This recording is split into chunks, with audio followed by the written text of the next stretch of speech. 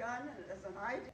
The creation of the Eclipse Quilt was an idea in the mind of Mother Kate, who is the priest at the Episcopal Church here, St. Andrew's Episcopal Church.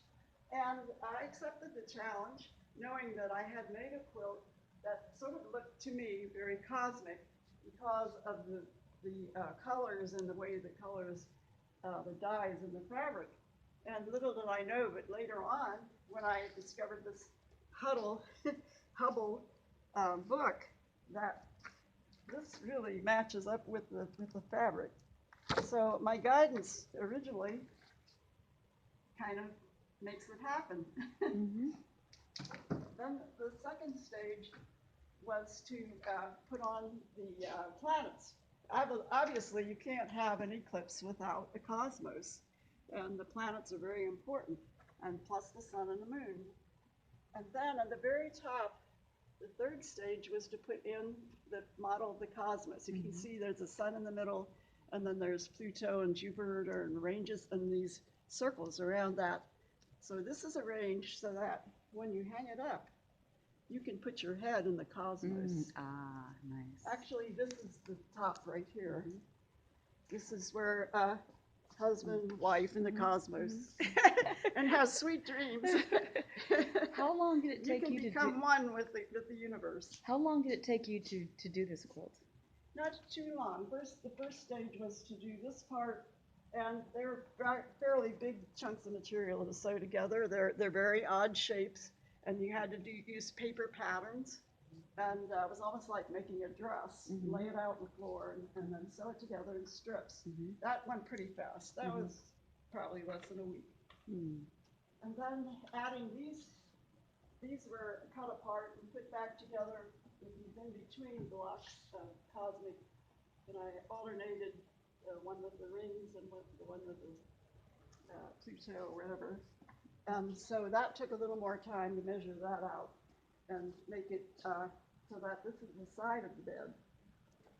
And then I put the cosmos on and wanted to have it so that at the top and bottom of the quilt, which actually this is the top, and so that people would be able to put their heads on it.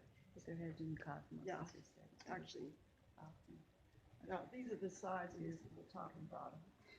And so now, what's going to happen with the quilt? What's? And then because it was so vast, it was so big and heavy, they said, "Oh, this is too big. Your sewing machines aren't going to handle this." So they said, "There's a woman here in town who has a long arm machine who I think would be big enough to handle this." So to find batting that was big enough, to find a machine that was big enough. I mean, after all, we're quilting the universe, right? I feel like I was playing God, actually. So I found Donna Howard, a wonderful person who is very artistic, and we picked out a digital pattern. You can now digitize quilting so that you pick out a pattern and the machine will do it all the way across the quilt. And if you want to see a close-up of that, you look here at this pattern. You can see the sun, a pointy sun with clouds. And that goes the whole length of the quilt. I wasn't sure what that would do to these pictures, but it looks really good on the, if you see Uranus here, you see Saturn. So I was so happy with that. Then I got it back from her. The next stage was to put this, the edging. This is how to edge, make a clean edge on the quilt. Oh, by the way, you want to see the back of it? Oh my gosh. The back is as spectacular as the front, actually. Beautiful. More cosmos, more earth. Now, because moons. this is dark fabric, she decided to use black batting. So the black batting, the cotton that's in between these two fibers, will not poke through and show white clumps of anything, even though there's white stars all over the place. That was something new. I didn't even know black batting existed. This is amazing. I had a lot to think about. So how am I going to show an eclipse and all the stages that goes through, and which direction it's coming from? All the times you see the mock-up of an eclipse on television, it's coming from right to left. But I went down to Carbondale Chamber of Commerce, and they told me it's going to come from about left to right. So that's the way I put this on. I wanted the stars, the sun to be represented by pointy stuff instead of anything else, instead of a round circle, because I wanted to show the corona. The corona is the most important part. And so the corona is very colorful. It has a lot of red in it, and it also has white. And white was not compatible very well with this. The white edge, I put a gold edge around it. And then I tried with tulle. This is a transparent material. With tulle and with another kind of transparent material, I imitated the perambula. There's two types of shadows that the moon casts. And so one's a smaller one, one's a larger one.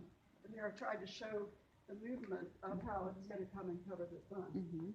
A lot of people thought I should do the total eclipse and put just a big black thing there. And I said, who wants to sleep with a big black center in the middle of the quilt? So I thought, well, maybe the dog would like to sit on it. I tell you what, my cat loves this quilt. I had to wash it because it was cat occupied for so long. So anyway, this is the sun at a stage that's going to happen before you have the totality. I thought of putting magnets on there to hold on a black, really super black circle on it. And I do have it. I can give it to whoever wants to play around with it. If they want to play an eclipse, they can have all the circles they want, and they can just create their own eclipse. But this one is an idea. I didn't want to hide the work that I already done. There is something very important here.